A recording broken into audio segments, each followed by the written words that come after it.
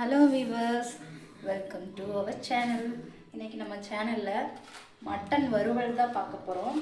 அதுக்கு முதல்ல அதுக்குரிய ஸ்பைசஸ் வந்து வறுத்து அரைச்சி எடுத்துகிட்டு வந்துடலாம். அதுக்கு ஒரு ஸ்பூன் மல்லி,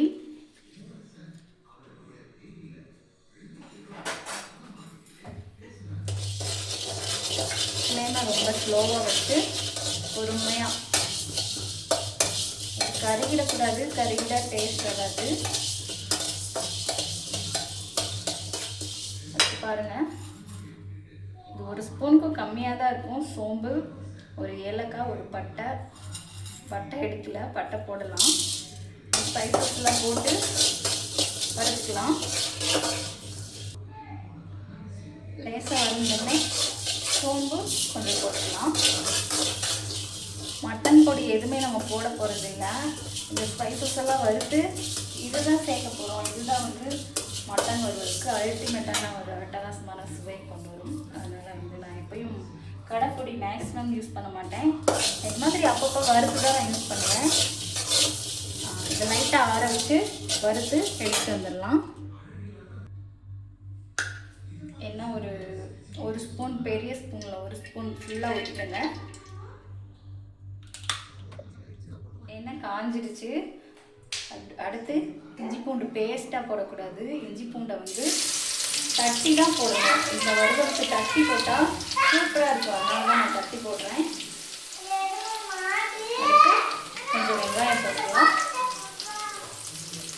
இதுக்கு நான் ஒரே ஒரு பெரிய வெங்காயம் மட்டும் எடுத்துருக்கேன். கலர் நல்லா சேஞ்ச் ஆகி வரட்டும்.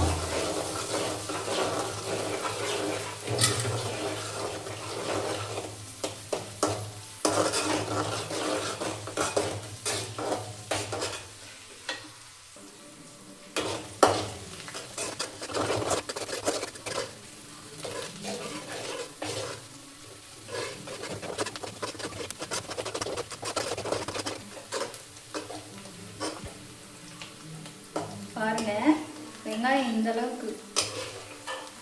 அளவுக்கு வதங்கினா போதும். அடுத்து 2 மீடியம் சைஸ் தக்காளியை வந்து கட் பண்ணி வச்சுருக்கேன். இதை போட்டுக்கலாம்.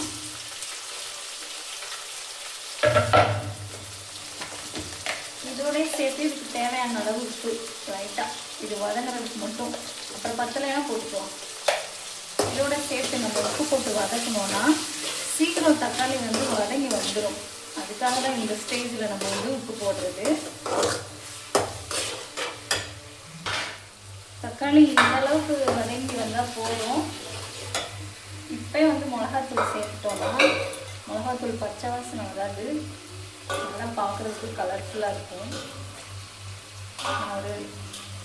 இந்த ஸ்பூனில் வந்து ஒரு 2.5 ஸ்பூன் மிளகாத்தூள் வந்து சேர்த்துருக்கேன். மஞ்சத்தூள் வந்து கம்மியாக ஒரு பிஞ்ச் சேர்த்துருக்கேன். நான் சொல்கிற அளவு மாதிரியே நீங்களும் ட்ரை பண்ணி பாருங்கள். நல்லாயிருக்கும். பாருங்கள் எவ்வளோ கலர்ஃபுல்லாக இருக்குன்னு சொல்லிட்டு. மட்டன் வறுவல்னு சொல்லிகிட்டே இருக்கேன் பார்த்தீங்களா. மட்டன் விற்கிற விலைக்கு மட்டன்லாம் அடிக்கடி நம்மளால் எடுக்க முடியாது. மட்டன் பதிலாக நான் சோயா போட்டு தான் செஞ்சு காட்ட போகிறேன். உங்களுக்கு சோயா வந்து ஒரு 10 மினிட்ஸ்க்கு முன்னாடியே ஊற வச்சு அதை சுத்தமாக கழுவி எடுத்துகிட்டு வந்திருக்கேன்.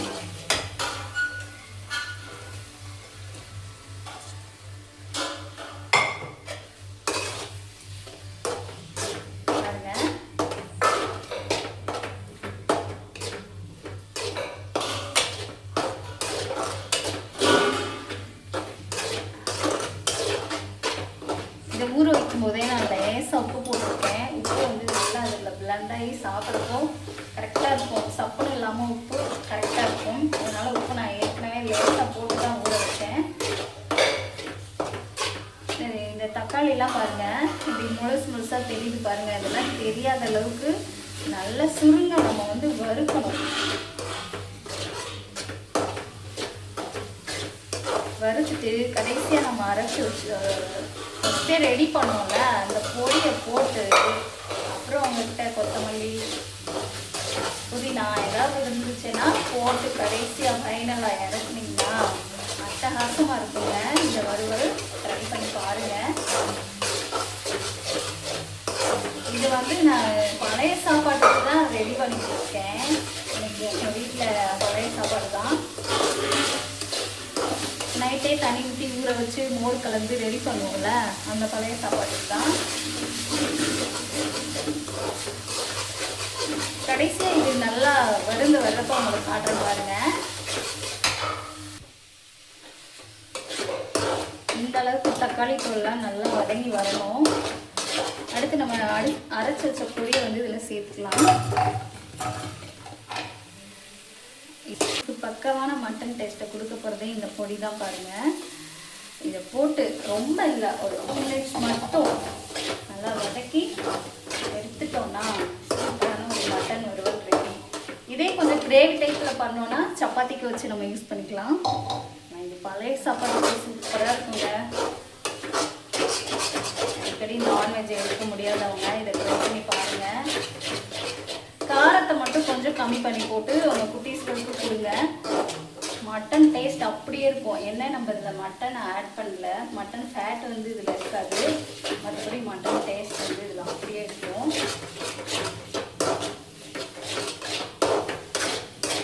பாருங்கள், ஒரு நிமிஷம் தான் அந்த பொடியை போட்டு நான் 1 நிமிஷம் தான் வதக்கியிருக்கேன். ஃபைனலாக வந்து கொஞ்சம் புதினா சேர்த்து இறக்கணும்னா எப்படி வாசனை எப்படி வருதுன்னு பாருங்க, சூப்பராக இருக்குது.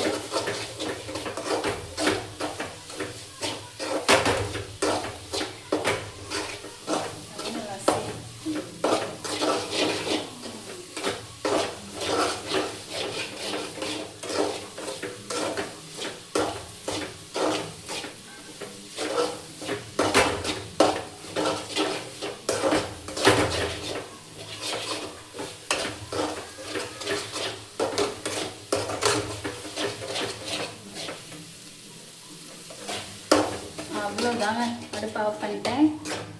சுட சுட நல்லா மணக்க ஒரு அருமையான மட்டன் சுக்கா, சரி மட்டன் இல்லை சோயா சுக்கா ரெடி. பாருங்க, ட்ரை பண்ணி பாருங்க.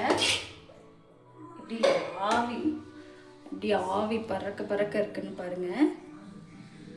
எப்படி இருக்குன்னு பாருங்க, சூப்பராக இருக்கா? ட்ரை பண்ணி பாருங்க, என்ஜாய் பண்ணுங்கள். நெக்ஸ்ட் வீடியோவில் பார்க்கலாம்.